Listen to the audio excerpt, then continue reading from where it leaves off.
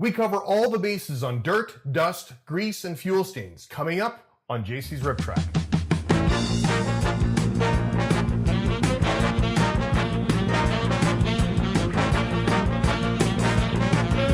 Hi there, my name is John, and welcome to JC's Riptrack.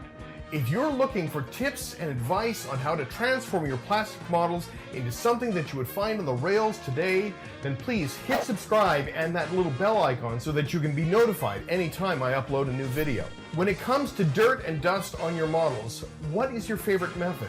Do you like weathering pigments, or is there another method that you like to use? Please let me know in the comments section down below. If you haven't already done so, check out the first video in this series, which gives an overview of a process for weathering factory painted models. This video covers the last step of 8, and if you stick around until the end, you can connect with my other videos. Broadly speaking, this video covers dirt, dust, grease, and fuel stains. Now, realistically, there could be a video done on each one of them, or at least dust and dirt in one, and grease and fuel stains in the other. However, the reason that I've grouped these together is that in reality, they are the finishing touches on a weathering project, and they're also least dependent upon prototype pictures. Rather, what we're trying to do with this is to replicate the general behavior of this kind of weathering rather than to match a specific prototype. Prior to jumping into this step, I recommend that your model has a clear, flat coat. Quite often, dust and dirt is handled by weathering pigments or pan pastels, but really there are a whole lot of different methods that can get as effective results or even better. Now, I will be dealing with powders, pigments, and pastels in a later video. But one of the easiest methods of getting a convincing layer of dirt or dust on your models is to use earth tones shot through an airbrush. In fact, it's so easy that you might even wonder why I'm even bothering to share it with you. Just say, go get some earth tones and spray it over your model.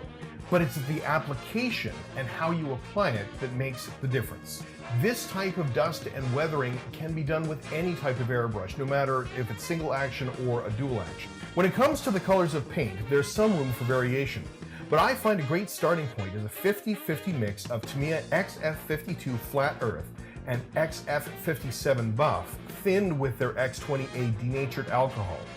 You can mix and match this ratio a bit depending upon where you model, and you could cut it with a bit of their flat clear. Arid or desert climates, for example, might lean a little more into the buff, but anything in the northeastern seaboard, especially the Canadian Maritimes, might benefit from a little NATO brown or something a bit more red to reflect the iron oxide in the soil. However, if you're trying this for the first time, stick with the basic earth tones 50-50 of buff and flat earth. Regardless of the brand you're using, I recommend that this be done with flat acrylics rather than enamels.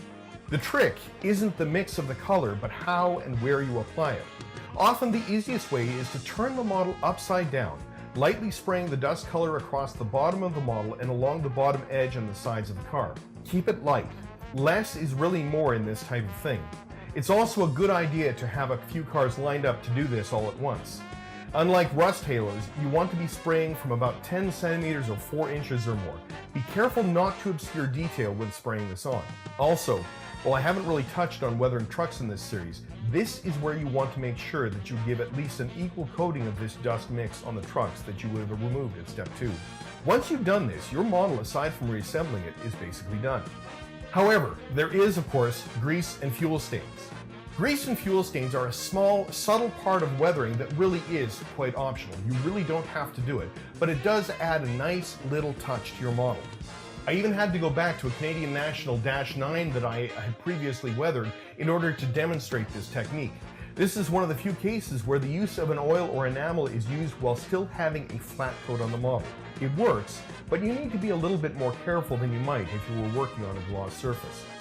While there are several places that grease or fuel stains can be found on trains, the two areas I want to focus on is the axle or journal boxes for the trucks where the bearings are housed, as well as the caps for the fuel tanks.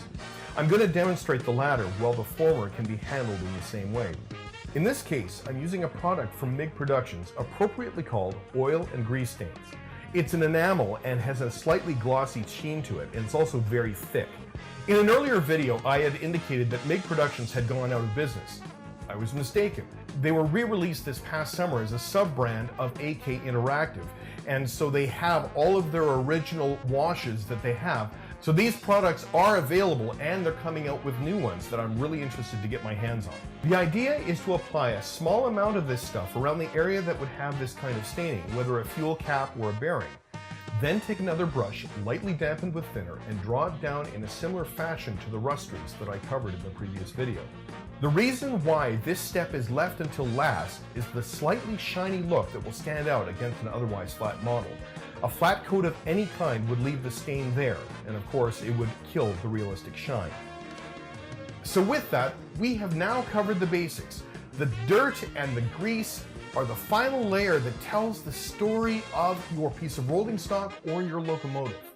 As with all the steps that I have covered in this Weathering Basics series, there are a whole lot of different techniques in handling dust, dirt, grease, and fuel stains. And moving forward, look for a new collection of playlists that will go into detail into each type of technique. For example, there will be a dirt and dust playlist. There will be a graffiti playlist. There will be a paint chipping playlist. And of course, this doesn't even cover when I get into painting undecorated models and using different techniques with that, and going into building and painting structures as well. And all of these things are going to be part of JC's Riptrack as this channel grows. And so in the meantime, check out the other videos in this series, and if you are wanting to get the most out of your painting and weathering projects, then please hit subscribe and that little bell icon down below so you can be notified anytime I upload a new video.